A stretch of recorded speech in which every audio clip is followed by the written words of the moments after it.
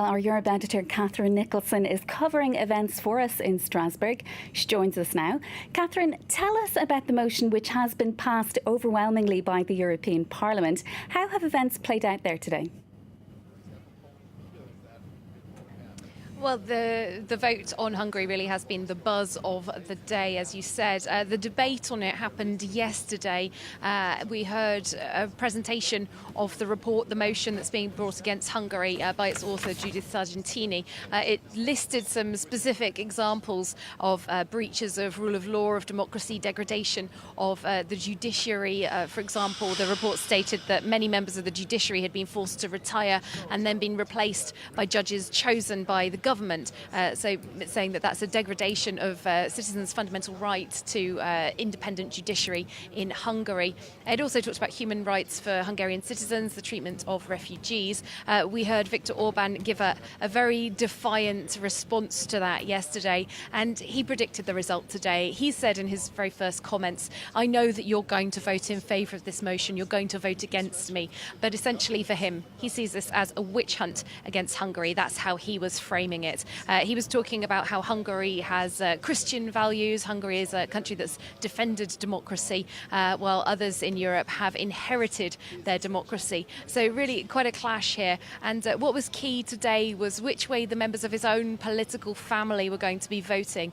Viktor Orban, a member of the centre-right EPP group. It's the biggest group in Parliament. And it does seem that that group in the end was split. They did not vote with their own member. At least half of them, we believe, are voted against Viktor Orban. We'll be getting the names in a few minutes' time, so we can tell you specifically how many EPP members voted against Viktor Orban. But that is very significant because, of course, normally these political families stay together. But it does seem that it was the EPP that allowed this two-thirds majority to go through.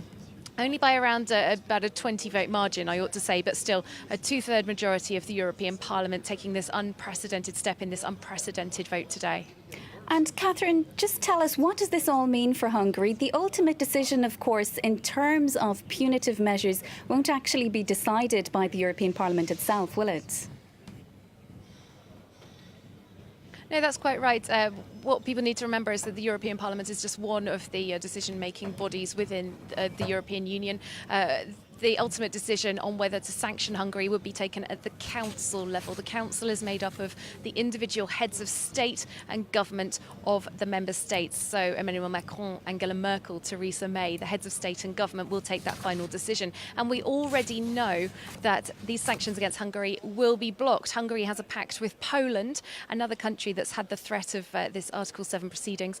They have a pact that they will veto the proceedings against each other. So it does seem almost certain that Hungary will not see its voting rights suspended. But that doesn't make this any less of a powerful decision today by the European Parliament. As I said, it's an unprecedented vote at the Parliament, and it clearly shows as well that those centre-right politicians do see that Viktor Orban, for them, has gone too far into authoritarianism. People are talking here about whether he will remain a member of that centre-right group that splits and fractures the political landscape once again. And this is at a key time as well. We've got European elections coming up in May. A lot of the members of the far right of the European Parliament really seeing this as an opportunity to bolster their forces, seeing Viktor Orban as very much a leader for their nationalistic type of causes. So it doesn't stop here. We will be closely following where this all leads in the weeks and months ahead. Thank you, Catherine. That's Catherine Nicholson, our Europe editor, following events for us there in Strasbourg. We'll